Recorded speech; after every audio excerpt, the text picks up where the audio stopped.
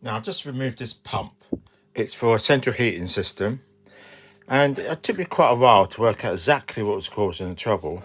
I was running water through it when it was in the system itself, and the water wouldn't flow. In the end, I took this out, and this is what I found. Now if you look very carefully, it's literally... Now the water has corroded the whole of the inside.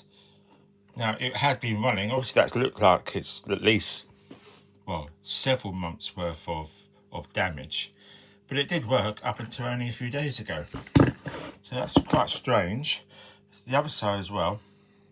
The reason why I think this happened is because I didn't actually put any of the inhibitor inside. It's just standard water went into it, which I think caused that problem. So the first thing to do that I did was to replace the pump, and now it's working perfectly okay. But make sure that you've got the correct type of water. You need to put that special solution in that will stop it from doing what it's done there. So, thank you for watching. If you could, please share, like and subscribe.